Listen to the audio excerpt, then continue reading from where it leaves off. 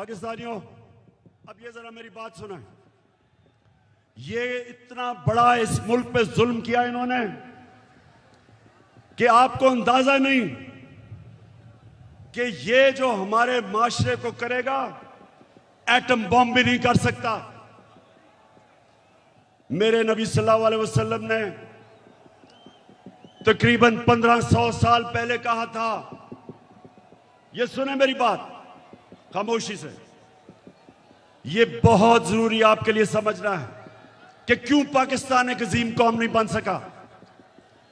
1500 साल पहले उन्होंने कहा था,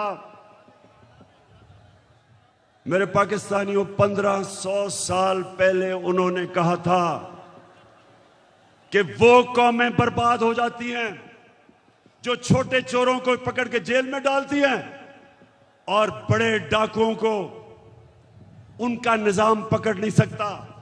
यह है आपके सामने। अब इससे बड़ी मिसाल क्या है कि 40 अरब रुपया शहबाज शरीफ और उसके बेटों के ऊपर 40 अरब रुपए के एफआईए में और नैब में केसेस हैं। एफआईए के 16 अरब रुपए इसके नौकरों के नाम पे एफआईए ने पकड़े हैं और इस आदमी को प्राइम मिनिस्टर बना दिया।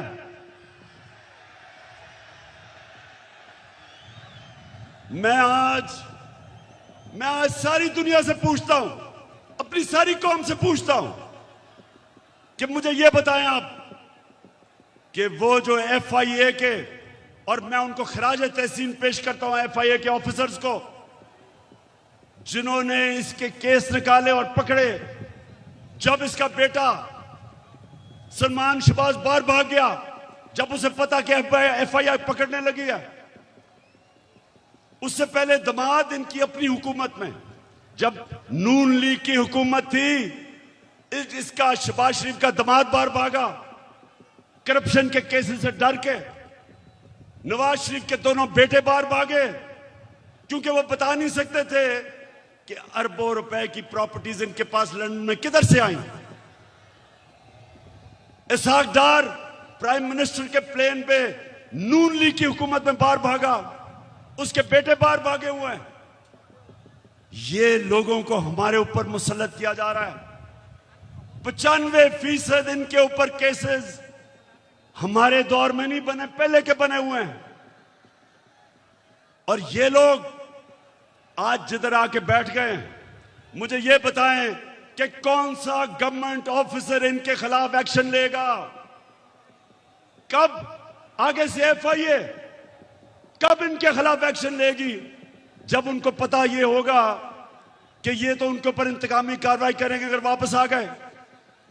अब सोचें, कहीं दुनिया में होता है कि वो एफआईए जिसने इसके ऊपर केसेस निकाले हैं उसी के ऊपर आके बैठ गया और सबसे पहले इसने उस दिलेर ज़हीन ऑफिसर को फारग किया जिसने इसके केसेस पकड़े थे। तो मैं फिर बड़े अदब से अपनी अदलिया से पूछता हूं कि क्या आपका काम नहीं इनकी हिफाजत करना, इन ऑफिसर्स की? क्या आपका काम नहीं कि एक कॉन्फ्लिक्ट ऑफ इंटरेस्ट, कि जो आदमी एफआईए में पकड़े हुए केसेस, आपका काम नहीं उनकी हिफाजत करना? तो पाकिस्तानियों, मैं आज आपके सामने एक और बात कहता हूं। 3.5 साल मैं हुकूमत में कोशिश करता रहा कि इनके केसेस आगे बढ़े। 3.5 साल में कोशिश करता रहा।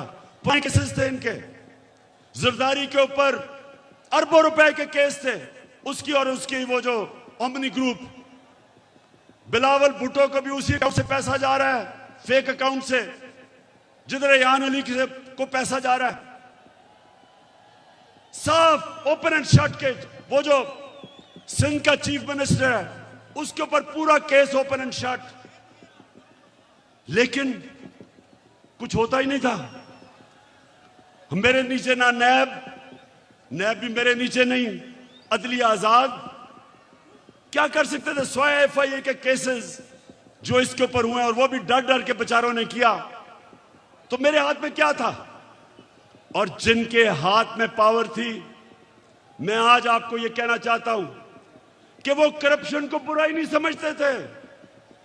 उनके लिए करप्शन बड़ी चीज ही नहीं थी। उनके ख्याल में कि ये जो करप्शन है ये तो होती है, और उन्होंने, क्योंकि वो करप्शन को समझते थे, ये सबसे बड़ा इस मुल्क के ऊपर अलमिया है कि आज जिन लोगों को जेल में होना चाहिए था वो आज या वजीर बन गए और या प्राइम मिनिस्टर बन गए हैं और या वजीर आला बनने की कोशिश कर रहा है।